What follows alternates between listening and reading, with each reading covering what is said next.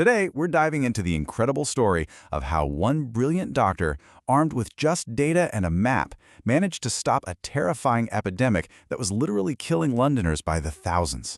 So let's set the scene. Imagine you're living in 19th century London. A deadly disease, cholera, is just tearing through your neighborhood. It's fast, it's brutal, and nobody knows where it's coming from. So the question is, how do you even begin to fight a killer that's completely invisible?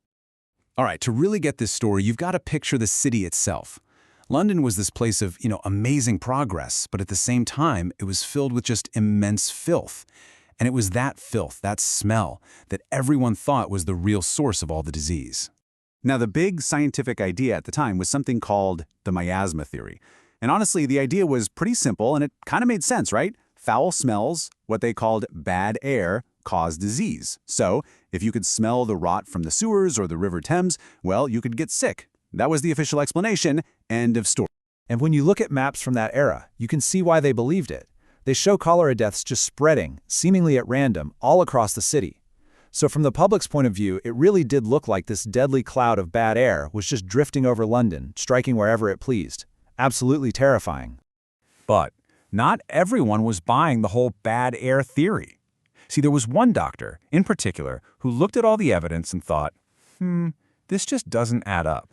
And that doctor was John Snow. Now, you gotta understand, this guy was not some fringe crackpot. He was one of the most respected physicians in the entire country. We're talking about a pioneer in anesthesia. He was so trusted that he personally administered chloroform to Queen Victoria herself during the birth of 2 of her children. So yeah, this was a man at the absolute top of his field. So this set up a huge conflict of ideas. On one side, you have the entire medical establishment blaming foul smells. And on the other, you have Snow, with a totally different, much more specific hypothesis. He believed cholera wasn't in the air at all. Nope, he thought it was being transmitted through contaminated water. It sounds simple to us now, but back then, that idea was completely radical. So think about it. How do you prove a theory that goes against everything the scientific community believes? Well, you don't just argue. You go out and you gather the data. And that's exactly what Snow did. He basically became a medical detective. He didn't stay in a lab. He walked the streets of the hardest-hit neighborhood, Soho. He was out there knocking on doors, interviewing the families of the victims, and meticulously, carefully, recording every single detail. He was looking for a pattern, a clue that everyone else was missing. And all that detective work led to this, his masterpiece. It's often called the ghost map, and for its time, it was a totally revolutionary piece of data visualization. See, each little black bar on this map marks a cholera death. Snow wasn't just listing numbers in a table, he was putting them on a map, and in doing so, he revealed this chilling pattern that nobody else had seen. And looking at his own map, the pattern became undeniable. In his own words, on proceeding to the spot, I found that nearly all the deaths had taken place within a short distance of the Broad Street pump. The deaths weren't random at all. They were clustered with terrifying density around one single spot, the public water pump on Broad Street. This was it. This was his smoking gun. Okay, so now he's armed with this powerful visual evidence. Snow knew he had to act, and he had to act fast. He found ground zero. So on September 7, 1854, he goes right before the local officials. And he doesn't just tell them his theory, he shows them the map. The visual data was just so powerful, so impossible to ignore, that he actually persuaded them, these skeptical council members. And the very next day, they did something incredibly simple but profound. They went to the Broad Street pump and they removed the handle. So what was the actual culprit? Well, it was later discovered that the well for that pump had been dug just 3 feet away from an old leaking cesspit.